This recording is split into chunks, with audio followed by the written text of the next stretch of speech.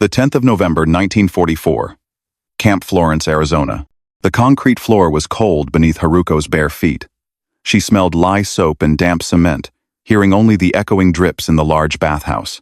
She pulled Kiko, a younger woman shaking beside her, half behind her back. The American guard, a private barely old enough to shave, pointed. Haruko flinched. He wasn't pointing at them, but at the wall, at the white porcelain tap. He twisted it. Steam hissed, billowing into the cold air. Hot water, a rushing, impossible torrent, poured into the basin. The guard stepped back, holding his hands up slightly. It's just water. It's okay. Go on. Haruko stared at the steam, then at the guard, then back at the tap. The shock was colder than the floor. This story is dedicated to those small moments that changed everything. We invite you to follow our channel for more, and perhaps share in the comments what simple object from your own family's history held a surprising meaning. 4 months earlier, Saipan. The air was not air. It was a thick, wet blanket of gunpowder, sweat, and the smell of damp earth. 4 months before Arizona, Haruko was in Saipan. She knelt in the darkness of the cave, pressing a strip of torn cloth against the arm of a girl named Kiko. Kiko was not a nurse. She was a civilian, barely 17. And she was shaking so violently that Haruko could barely keep her grip. "Be still," Haruko whispered, her own voice unfamiliar and dry. "They cannot see us if we are still." But the Americans did not need to see. They had voices. Outside the cave opening, a distorted sound blared from a loudspeaker. It was a mechanical, alien noise English. Promising food and water, it promised safety. Inside the cave, a different voice, human and sharp, hissed in Japanese. "Do not listen. It is a trick. They will do to you what they did to the women of Nanking. They are demons." It was Lieutenant Watanabe. He was clutching 2 grenades to his chest, his eyes white and frantic in the gloom. He was the only soldier left among the 20 civilians. Haruko pressed her back against the rock. The stone was cold, but the air was suffocating. Every instinct she had as a nurse to clean, to soothe, to preserve life, was a betrayal in this place. The propaganda had been clear. Capture was a fate worse than any death. The Americans were monsters who took pleasure in defilement. The emperor demanded a clean, honorable end. Watanabe crawled closer, pushing past an old man who was coughing weakly. "It is time," Watanabe said. His voice cracked. "We will die together. An honorable death. Gyokusai." He held a grenade out toward Haruko, and the women huddled behind her. Kiko let out a small, strangled cry. Haruko looked at the grenade. Then she looked at the lieutenant's desperate, feverish face.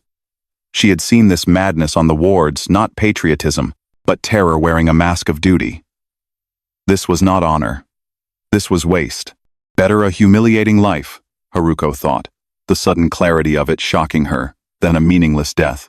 Before Watanabe could pull the pin, a metal canister clattered onto the cave floor, rolling into the center of the huddled group.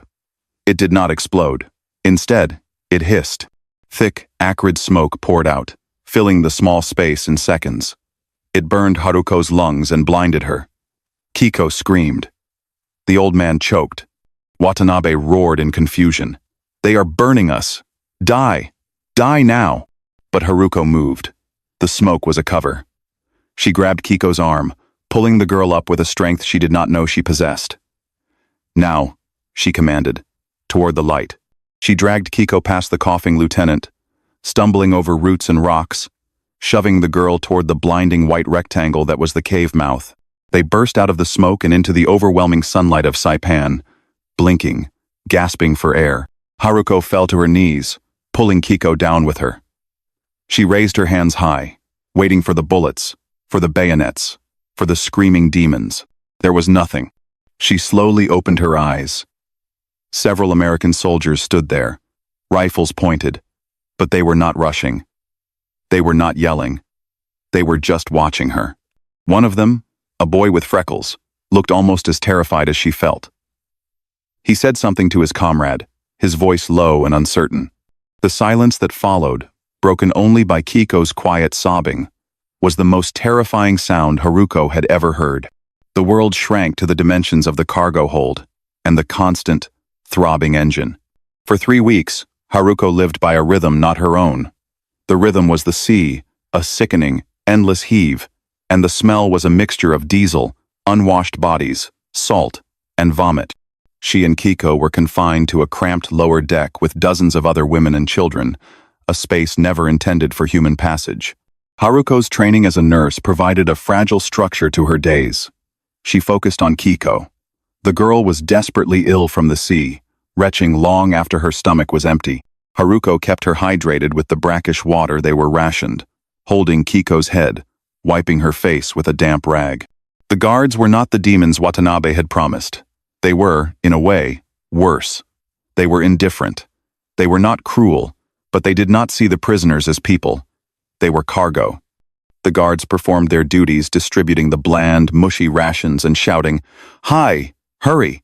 when moving them in small groups to the latrine deck with a detached, almost bored efficiency.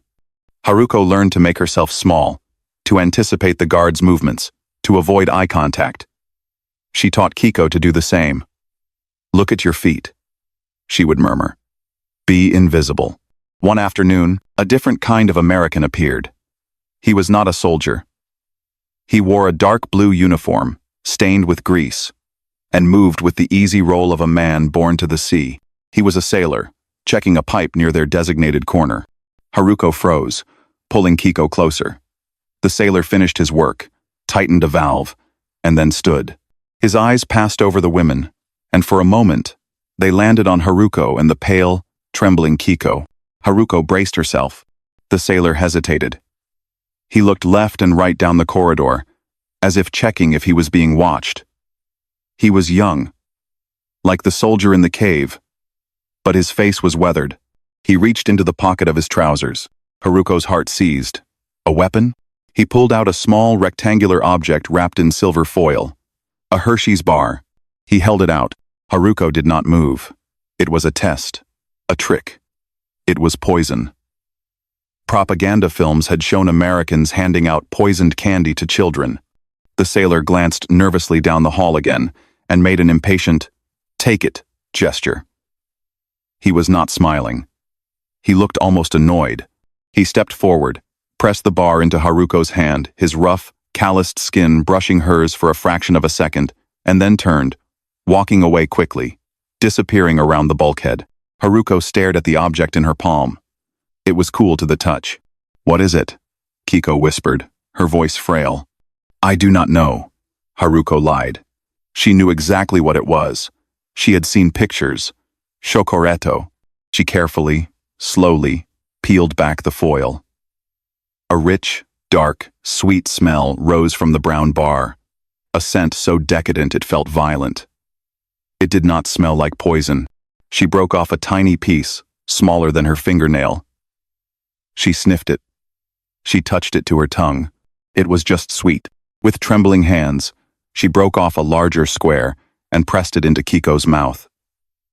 Kiko's eyes widened in disbelief. Haruko placed a square in her own mouth. The sugar and fat melted, coating her tongue. A luxury so profound it was dizzying. It was a flavor of peace, of a world that was not at war, of a place that could afford such stupid, wonderful things. She did not understand. A demon would not waste this. They finished the bar in silence, licking their fingers clean. Days later, the thrum of the engine changed. The ship slowed. There was shouting on the upper decks. A new smell came on the wind, not of salt, but of land. A guard opened the hatch. "Up, up, Hayaku." As Haruko helped Kiko to her feet, she heard a word shouted by the sailors above. A word she recognized. America. After the ship, there was a train. The train ride was a blur of clicking wheels and guarded windows, a journey that seemed to pull them out of the world and into emptiness. When they were finally ordered off, they were not in a city. They were in a place Haruko could not have imagined. The air did not move. It was mid-afternoon, and the sun was a white hole in a vast, painfully bright sky. The heat was the first shock. It was not the damp, heavy heat of Saipan, which clung to the skin like a wet shroud. This was a dry, aggressive force. It felt like standing too close to an open oven. It pulled the moisture from her eyes and cracked her lips within minutes. Haruko held Kiko's hand as they were herded from the back of a canvas-covered truck onto the ground.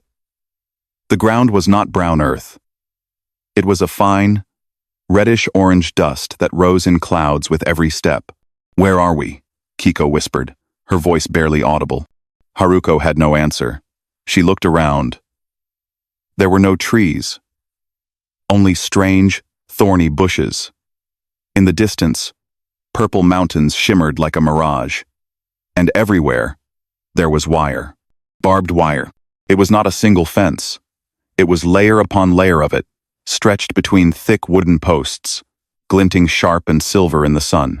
It ran in perfect, terrible lines as far as she could see, punctuated by tall wooden towers where men with rifles stood, silhouetted against the sky. This was Camp Florence, Arizona. A guard, his face sunburned red beneath his helmet, pointed with his rifle, not at them, but toward a distant gate. "This way. Keep moving." They walked, a small, tired column of women, their dark hair and clothing stark against the red dust. The silence was overwhelming, broken only by the crunch of their own footsteps and the occasional barked order. As they neared the main compound, Haruko saw the barracks. They were simple, long buildings of light-colored wood, organized in a grid. It looked clean. It looked organized. It looked wrong. Her propaganda-fueled mind was braced for filth, for cages, for screams. This looked like a barracks. Then she heard a sound she had not heard in almost a year. Laughter. She turned her head. Through a gap between two buildings, she saw a large, open field. A game was in progress. Men in shorts, their skin tanned dark by the sun, were running across the dust, kicking a black and white ball. They were shouting to each other, laughing, their bodies lean and strong. Haruko stopped, confused. Kiko bumped into her back. These men were prisoners. She could see their uniforms piled near the edge of the field. She could also tell, from their height and features, that they were not Japanese. They were European German, perhaps, or Italian, like the ones rumored to be fighting in Africa. They looked healthy. They looked well-fed. Haruko stared, her mind struggling to process the scene. A prison camp where the guards gave you chocolate. A prison camp where healthy men played sports under the desert sun. Is this a performance? The thought was immediate. Are they actors, placed here for us to see? It was the only explanation that made sense. The alternative, that the Americans were not the monsters she had been taught, that this was simply how they treated their prisoners, was too vast and too confusing to absorb. "Move it!" the guard shouted, this time with more force. Haruko tore her eyes away from the game. She pulled Kiko along, her feet sinking into the red dust, her mind caught on the impossible image of the bouncing ball and the laughter of the enemy. They were marched toward a building marked processing. The processing building smelled of chemicals and stale air. The bright, buzzing hum of fluorescent lights, a sound Haruko had rarely heard, filled the room, casting no shadows and painting everything in a flat, sterile white. Haruko and Kiko were separated from the small group and pushed into a room lined with wooden benches. A large, stern-looking American woman in a white nurse's uniform stood by a metal table, holding a clipboard. She was not a soldier, but she carried an authority that was just as absolute. Another younger nurse started giving orders. "Undress," she said, her voice sharp. She did not shout, but she spoke with an assumption of immediate obedience. When no one moved, she pointed at their clothes, and then pointed to a large canvas bin. All of it. Now, this was it. Haruko's blood ran cold.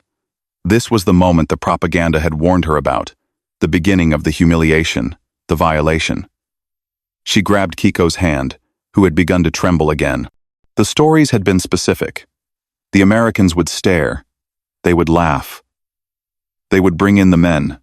The head nurse looked up from her clipboard, her eyes impatient. "Move," she said, tapping her pencil. Haruko knew resistance was futile. It would only invite the cruelty they feared. With stiff, wooden movements, she turned her back, trying to give Kiko a small amount of privacy, and began to undo the buttons on her dirt-caked blouse.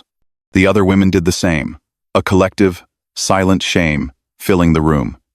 The air felt heavy. She kept her eyes down, focusing on a crack in the cold concrete floor.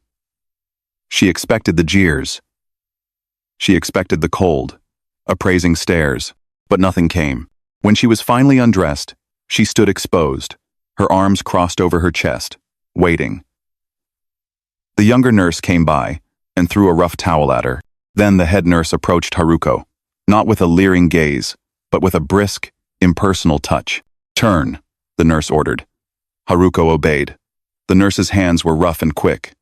She checked Haruko's scalp, her eyes, the glands in her neck. She peered under her arms. It was not a violation. It was an inspection. It was the same detached efficiency Haruko herself had used when evaluating patients for lice or fever back at the hospital in Saipan. This was perhaps the greatest shock of all. The nurse was not interested in her as a woman or as a defeated enemy. She was interested in her as a potential vector for disease. After what felt like an eternity, the nurse made a check mark on her clipboard. Okay. Next, they were pointed toward another room, a shower room, but before Haruko could go, the younger nurse stopped her. She dusted Haruko's hair and body with a white, acrid-smelling powder DDT. Then, she handed her something. It was a small, cream-colored bar of soap. It was new, still in its paper wrapper, smelling faintly of lavender. Haruko stared at it. "Go," the nurse said, pushing her gently toward the showers. Haruko took the soap. It was a solid, tangible object in a world that had ceased to make sense. They had not been laughed at. They had been efficiently deloused. They were not being tortured. They were being processed. She and Kiko were handed clean, plain cotton shifts and led out of the building. The air outside felt different, but the red dust was the same. Haruko clutched the bar of soap, its clean scent a stark contradiction to her fear. A guard was waiting. "This way," he said, and pointed them toward the barracks. The guard, a different one, led them to a long, single-story building and opened the door. He pointed inside. "Barracks 7B, find a bunk, stay inside." He did not wait to see them enter before walking away, his boots crunching on the gravel. Haruko paused at the threshold, pulling Kiko behind her. The inside of the barracks smelled overwhelmingly of new pine wood and canvas. It was a clean, dry, almost pleasant scent that confused her senses. The room was large and filled with rows of metal-framed bunk beds, perhaps 30 in all. About half were already occupied by other Japanese women from their group, who had been processed earlier. No one spoke. The only sound was the stifled, rhythmic sobbing of a woman in the far corner, her body curled into a tight ball on a lower bunk. The sight of so much open despair sent a fresh wave of fear through Kiko, who whimpered and pressed closer to Haruko. "We must be strong," Haruko whispered, though she was speaking more to herself than to the girl. "We must find a place." She guided Kiko toward an empty bunk bed near the middle of the room, away from the door and away from the sobbing woman. It felt marginally safer. "You take this one," Haruko said, pointing to the lower bunk. Kiko just stared at it, her eyes wide and vacant. Haruko pushed gently on Kiko's shoulder, urging her to sit. As Kiko sat, her hand brushed against the bedding, and she recoiled slightly, as if expecting straw or a hard board. Haruko looked closer. It was not straw. It was a thin but real mattress, covered in a clean, taut canvas sheet. At the head of the bed sat a small, flat pillow, and folded neatly at the foot was a dark gray wool blanket, stenciled with the letters U.S. Haruko reached out and touched the pillow. It was soft. It was filled with feathers or cotton, not the rice husks she was used to. It was a real pillow. Her mind reeled. Back home, in her small apartment near the hospital, her own pillow was a hard, cylindrical bag of hulls. This object of simple comfort, provided to a prisoner, felt more absurd than the chocolate, more surreal than the healthy Germans playing football. This was not deprivation. This was a statement. But what was it saying? She looked at the blanket. It was thick, machine-woven, and warm. It was not a scrap. It was a proper military blanket. This accumulation of small kindnesses, or perhaps simple indifferences, was more disorienting than the cruelty she had prepared for. Cruelty, she understood. Cruelty had rules. This had none.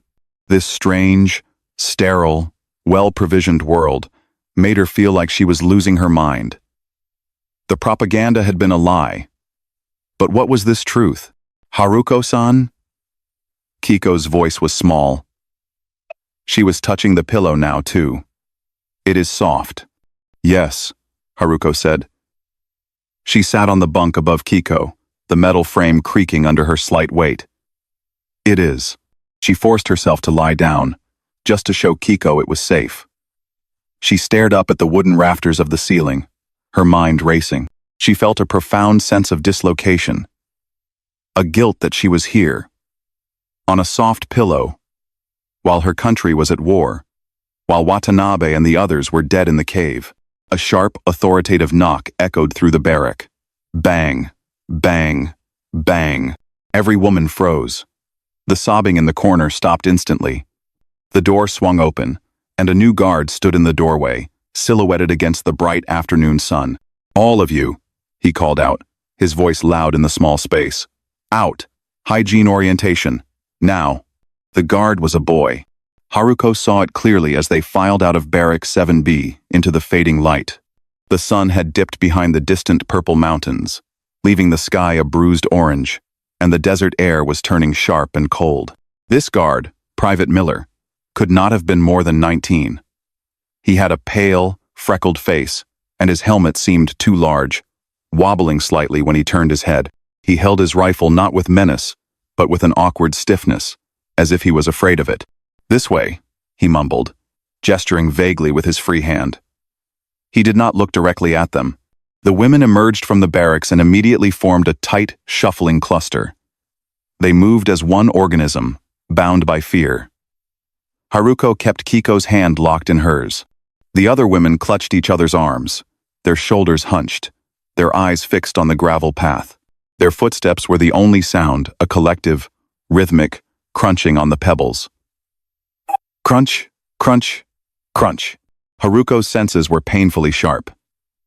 She felt the cold seeping through her thin cotton shift. She smelled the dust and the faint, clean scent of pine from the barracks. She watched Private Miller. He was visibly uncomfortable. He walked several paces ahead, then stopped, waited for them to catch up, and then walked again, his face flushed. He kept his gaze fixed on a point somewhere between the barracks, the mess hall, and the sky anywhere but on the women he was escorting. This was not the confident, brutal demon of her nightmares. This was a boy given a job he clearly detested. As they passed a corner, the gravel path became uneven. Kiko, still weak and disoriented, caught her foot on a larger stone. She stumbled, pulling her hand from Haruko's grasp, and fell forward onto her hands and knees, with a soft cry. The column stopped. Every woman froze.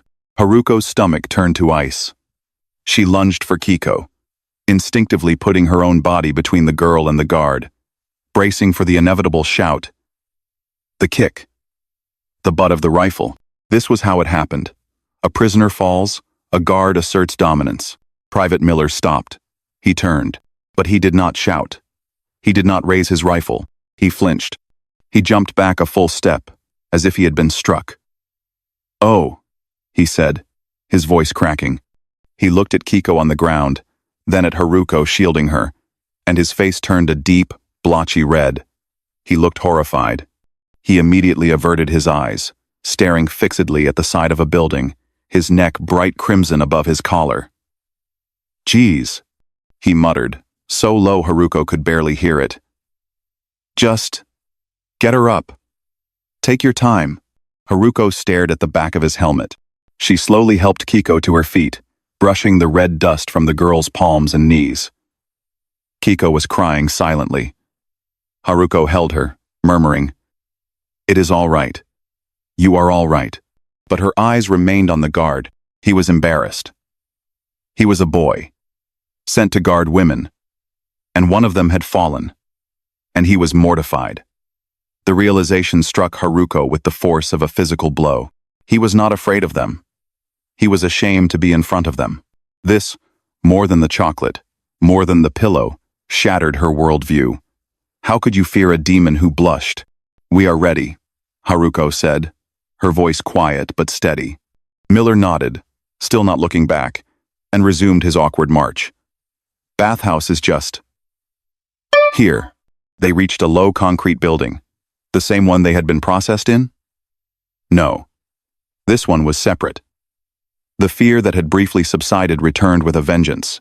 The humiliation of the medical check, the cold floors, the antiseptic smell.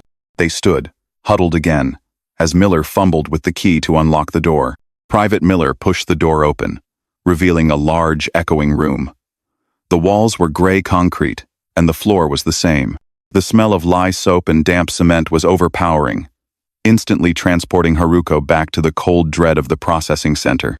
"Okay, in," Miller said, his voice bouncing off the hard surfaces. "You got 1 hour." He stepped aside to let them pass, and as the last woman entered, Haruko saw him do something unexpected. He pulled the door almost shut, leaving it open a few inches, and positioned himself in the hallway outside. He was obeying his orders to guard them, but he was also deliberately, awkwardly, not looking at them. It was a small courtesy, but it did nothing to calm the fear in the room. The women huddled together in the center of the cold floor. No one spoke. They just listened to the sound of Miller's boots shifting on the gravel outside the door, a constant reminder of his presence. This was the humiliation they had dreaded. Even if he was not watching, he was there. He could hear. Haruko looked around. The room was lined with shower heads, cold metal pipes protruding from the walls. In the corner, there were several large, deep concrete basins, each with a metal bucket sitting beside it. Above each basin was a simple, gleaming white porcelain tap. The other women were paralyzed, staring at the door, some beginning to cry silently. Kiko was shaking so hard, Haruko had to hold her upright. Haruko knew they had no choice. They had 1 hour. If they refused, it would be worse. He would come in. He would bring others. Get it done. Do not look at him. Do not think about him. Just get it done. She set her jaw. She would be the first. She would show them it was all right. "Kiko," she whispered, turning the girl away from the door. "Look at me. We will be fast." She pointed not at the exposed shower heads which felt too open, too vulnerable, but at the concrete basins in the corner. The basins were already filled with several inches of still, cold water. It was faster. They could use the buckets, splash themselves quickly, and be done. It was a method they understood. She led Kiko to the nearest basin. She picked up the bucket. The other women, seeing her decisiveness, began to move as well. Slowly, fearfully, they began to untie their cotton shifts, using each other as human shields. Haruko dipped the bucket into the icy water. The splash echoed loudly in the quiet room. Outside, the sound of shifting boots stopped. Haruko froze, the bucket half full. She heard a small, confused sound from the hallway. "Hey!" Miller's voice called out. "What are you?" He pushed the door open. He was not supposed to look, but he looked, and his eyes widened, not with malice, but with complete, utter confusion. He saw a room full of women, some half undressed, all frozen in terror. He saw Haruko about to pour a bucket of cold water over Kiko's head. He frowned. He saw them doing it wrong.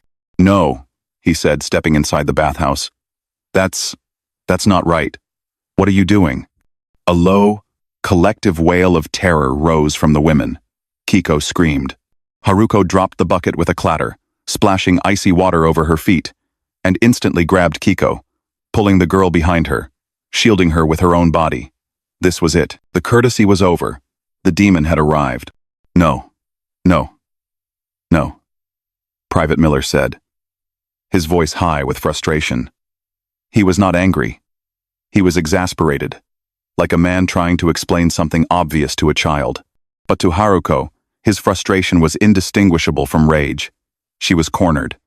She did what any cornered animal would do. She protected her young. She shoved Kiko hard against the concrete wall behind her and threw her own body in front, spreading her arms wide, bracing for the blow. She squeezed her eyes shut. She waited for the impact of the rifle butt, the stinging slap, the kick. Jesus Christ, Miller breathed. He stopped walking. He sounded panicked. I'm not. Look, just move. Haruko opened her eyes. He was not raising his rifle. He was holding his hands up, palms out, in the universal gesture of no harm. He looked terrified, like she was the one in control, like she might explode. It's wrong, he said, pointing.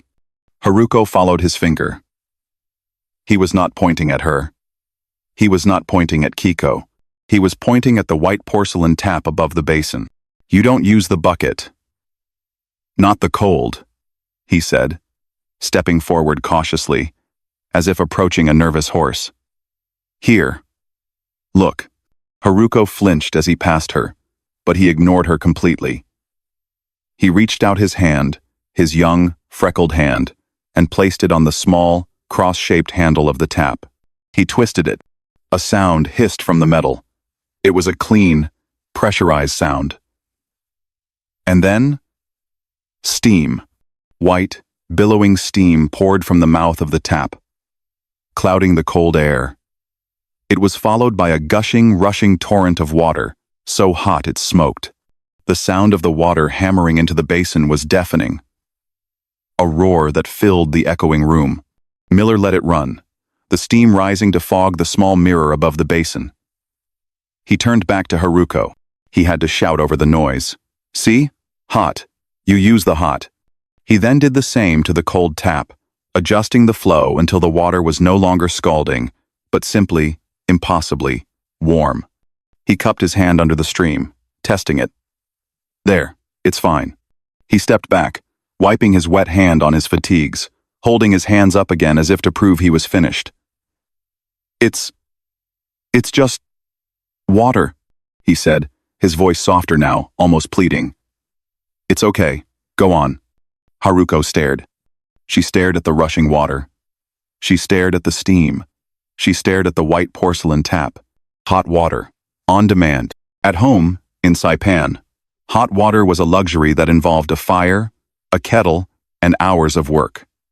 It was rationed, precious, used for tea or for sterilizing instruments. In the field hospital, they boiled rags in a pot.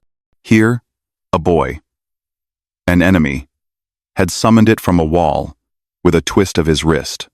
He was giving this to them. This magic, this unbelievable, casual, extravagant power. She looked at the tap, then at Miller. He was just a boy. He was not a demon. He was just a boy, from a place where hot water flowed from the walls. She understood. This was the American power. It was not just the bombs, the ships, the rifles. It was this. It was the chocolate. It was the pillow. It was the casual, effortless abundance that made this impossible luxury an everyday orientation. They were not showing them how to bathe. They were showing them who they were. A single, hot tear escaped her eye. It was not from fear. It was from a shock so profound it broke her. She heard a sob beside her. Kiko was staring at the water, her hands over her mouth, her shoulders shaking. Then Haruko's own control shattered. A wail tore itself from her throat, a sound of grief and confusion, and a lifetime of propaganda dissolving in a cloud of steam. She and Kiko collapsed against each other, weeping. Oh crap, Miller said, his face draining of all color. No. Don't. It's just water. Don't do that. I'll get the nurse. Crap. He turned and fled the bathhouse. He was gone. The sound of his boots running on the gravel faded, leaving only the thunder of the rushing water. Private Miller had fled, but he had left the magic behind. The white porcelain tap continued to gush, a noisy, defiant, impossible fountain. The concrete basin was already full, and a clean, steaming sheet of water was overflowing the lip, spreading across the dusty concrete floor. It was a river of impossible waste. Haruko and Kiko were alone, soaked in steam, their sobs echoing in the loud, wet room. Kiko's weeping subsided into gasping, shuddering breaths. She was still hiding her face, but Haruko was not. Haruko was transfixed. Her body was cold. The damp desert air was seeping in through the door Miller had left ajar. But her face was warm, flushed by the rising steam. She could smell the hot, metallic scent of the minerals in the water. This was the source of the power. It was here, in her hand's reach. She had to know. She let go of Kiko, who clung to her for a moment, whimpering, before slumping against the concrete wall. Haruko took one step, then another. Her bare feet stepped out of the icy puddle from the dropped bucket and into the warm, shallow river, overflowing from the basin. The warmth on the soles of her feet was a shock. She reached the basin. She looked down at the churning, steaming water. It was real. It was not a dream. Slowly, her hand trembling so hard she could barely control it, Haruko reached out. She expected it to stop. She expected the water to turn cold, for the illusion to shatter, for a guard to return and strike her for her audacity. She plunged her hand into the stream. It was not just warm. It was hot. It was a deep, penetrating, healing heat. It did not burn. It simply gave. It chased the deep, penetrating chill from her bones, a chill she realized she had been carrying since Saipan. They have this, the thought was clear, cutting through her grief and fear. They have this. They have this much heat. They have this much water. And they let it run onto the floor. She thought of her mother, back home in Chiba, carefully measuring out hot water from a kettle that had taken an hour to boil over a precious charcoal brazier. She thought of the hospital, of the endless, desperate rationing of boiled water for sterilization, for wounds. This single tap, in this concrete room, in the middle of a desert, in a camp for her, was pouring out more wealth and power in 1 minute than her family saw in a month. It was not cruelty. It was not kindness. It was something far larger, more impersonal, and infinitely more terrifying. It was abundance. An abundance so total that this miracle was simply plumbing. One of the other women, an older woman who had been a shopkeeper, crept forward. She watched Haruko, then looked at the adjacent tap.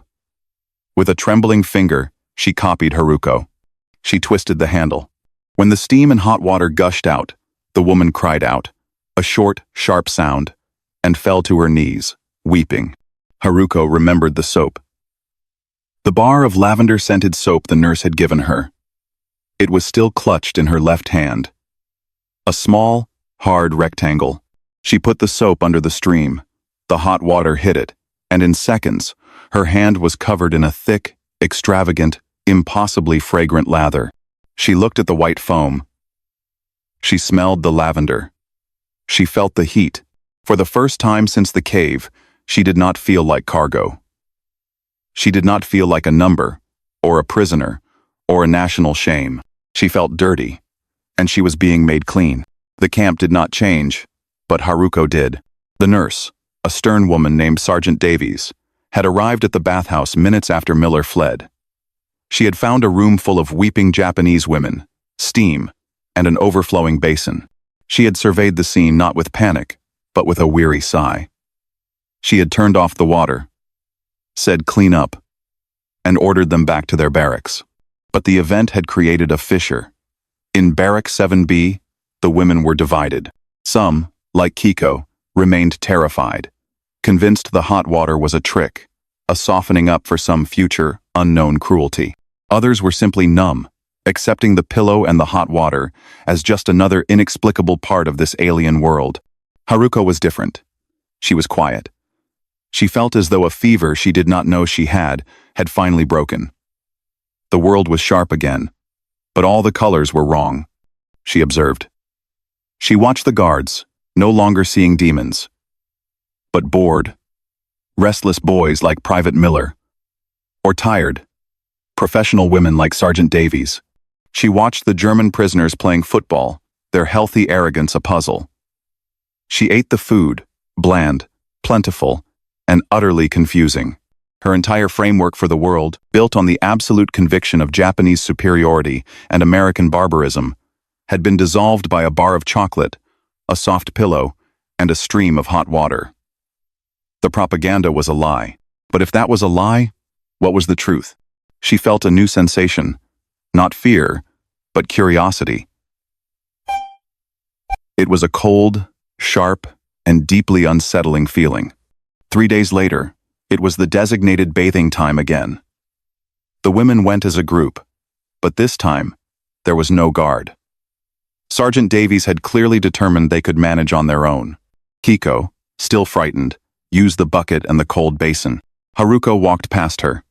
She stood, for a long moment, in front of the white porcelain tap. It sat on the wall, gleaming and inert. It was just a thing, a piece of metal and ceramic, but to her, it was the monolith, the symbol of the crushing, indifferent power that had captured her.